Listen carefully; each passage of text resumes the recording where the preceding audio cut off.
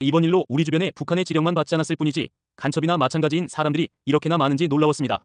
민노총 간부는 북한의 지령을 받아 이태원 참사를 여론전에 이용했다는 보도를 개념 있다고 하는 사람들은 믿지도 않겠지만 사실상 대한민국은 남북으로 갈라졌고 좌우로 갈라졌고 역사를 반복하듯 삼국시대가 아닌 분열의 시대를 살고 있습니다.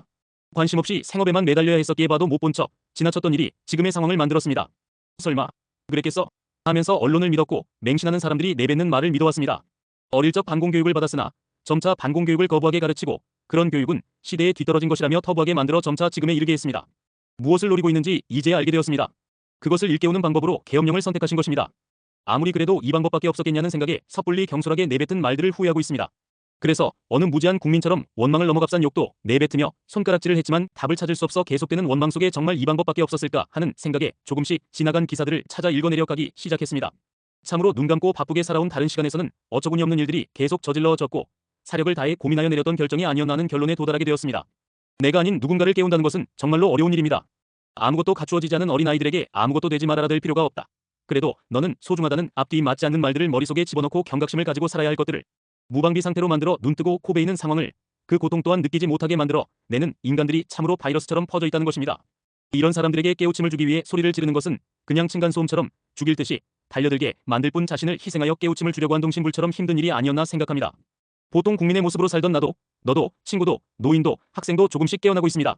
망국의 길로 가기 전에 희생으로 자신이 구금되어 외로운 길을 가더라도 지금이라도 멈추게 하겠다는 결심이 국가와 국민을 진심으로 위하는 길이 아닌가 합니다. 대한민국은 자유민주주의를 이념으로 하며 시장경제를 기본으로 합니다. 이 체제를 변경하려는 세력이 그렇게 많다는 것을 보고 놀라지 않을 수 없었습니다. 국력이 높아지는 것은 원하면서 기업이 커가는 것은 볼 수 없고 협력할 수 없다고 합니다. 원전의 발전은 에너지의 더러움이라는 이상한 논리로 탈원전이라는 과정을 걷게 했습니다. 그것은 원전과 핵무기의 전환은 너무나 가까운 것이니 원전이 많다는 것은 바로 핵무기로 전환될 위험성을 사전에 스스로 없애겠다는 이야기겠죠. 스스로 강해지지 않으면 평화는 없다는 이 말이 틀렸다면 우린 우릴 지키지 않아도 됩니다. 그러나 세계 어디곳도 이 말이 적용되지 않는 곳은 없습니다. 다만 한국에서는 이 말이 예외라는 이상한 믿음을 심어주고 있습니다. 학교 일진 무리에게 셔틀을 당하는 학폭 피해 학생은 그렇게도 보호해야 한다면서 무력으로 핵시위하고 위협하는 무리에게는 달래서 잘 지내야지 도발하지 말아야 한다는 이상한 논리는 일관성이라고는 찾아볼 수 없는 내로남불의 그 정형입니다.